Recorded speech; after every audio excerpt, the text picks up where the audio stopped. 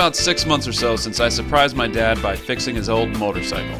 To quickly recap, my dad had a motorcycle that he's known longer than his own wife of 30 years. It's been sitting unused in his garage my entire life. I stole it from right out under his nose and disguised his rare Yamaha as a pile of boxes as I sneakily got it fixed for him without his knowledge.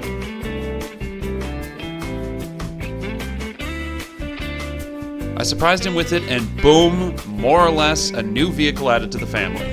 Son of a bitch! You can see a video of the whole process in the description below. Since then, my father, the bike, and my channel have got some notoriety. The Two Wheels One Compass channel saw an influx in traffic, and I was reached out to by various media outlets. As someone who's trying to become more of a public figure, it was quite a rush. I was reached out to by our local ABC News affiliate, KSTP Channel 5 Eyewitness News, and it was showcased for their Minnesota Moments segment. I can imagine the story being quite an attractive piece. What local news networks cover can be extremely stress-inducing, whether it be covering the Trump administration or any local shootings or social issues. Ending the broadcast on a lighter note is a common practice, and a story of a man who stole his father's motorcycle to fix it fit perfectly. Oh my gosh, so the bike is awesome, but the bond, Yep. so great. That's the stuff. I'll confess, I was actually pretty nervous when they recorded the segment. The interview was just me talking to a camera, which I admittedly think is much harder than being on camera with someone who I can just have a conversation with. Either way, we reached out to family and friends and let them know I'd be on the news that evening, and it was really fun to hear everyone enjoyed it. Another major breakthrough was the video licensing agency T&T Creative Media, who had found my video on Reddit and reached out to see if we could share the rights to the video if it were sold to media outlets looking for a feel-good story.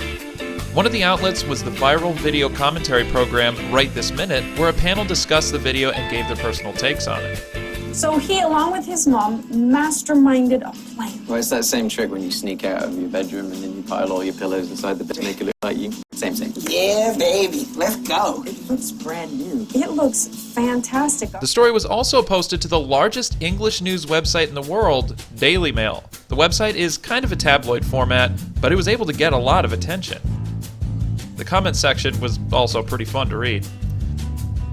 Links to all three media outlets are in the description below. Finally, we have the AMCA, the Antique Motorcycle Club of America, who wanted to showcase the Maxim among other vintage motorcycles at their Father's Day weekend Viking Chapter National Meet at the Minnesota State Fairgrounds.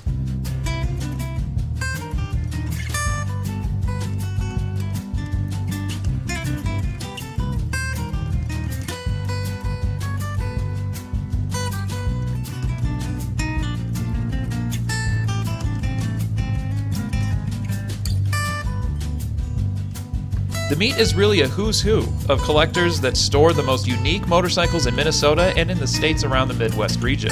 It's a community of motorcycle connoisseurs that have their bikes judged to compete for prizes in categories such as Best Japanese-made motorcycle, Best Motorcycle Made Before a Certain Year, Best Unmodified Bike, Longest Distance Ridden, and of course the ultimate award for Best in Show. The AMCA also had a journalist flown in to cover the Viking Chapter National Meet.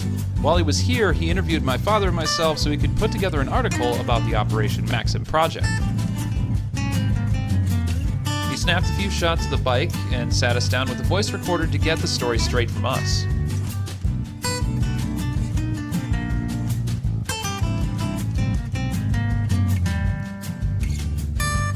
The story was published in the September edition of their bi-monthly magazine, The Antique Motorcycle, which has over 10,000 subscribers nationwide.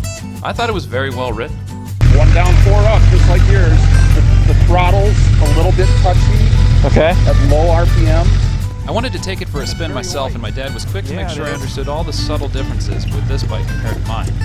The whole arrangement for the peg and the shifter is really going to be weird for you. Yeah.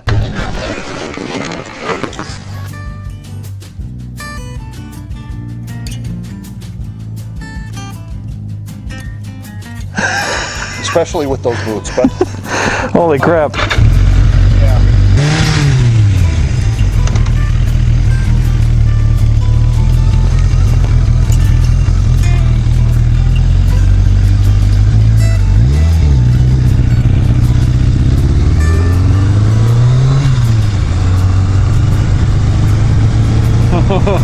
It's extremely lightweight and zippy compared to mine. I could feel the front tire start to lift off the ground when I accelerated. These models, after all, were the crotch rockets of the early 1980s. The whole project has been quite an experience, and I want to thank everyone again for chipping in to help with the repairs. I deem Operation Maxim a success. Thanks again for watching.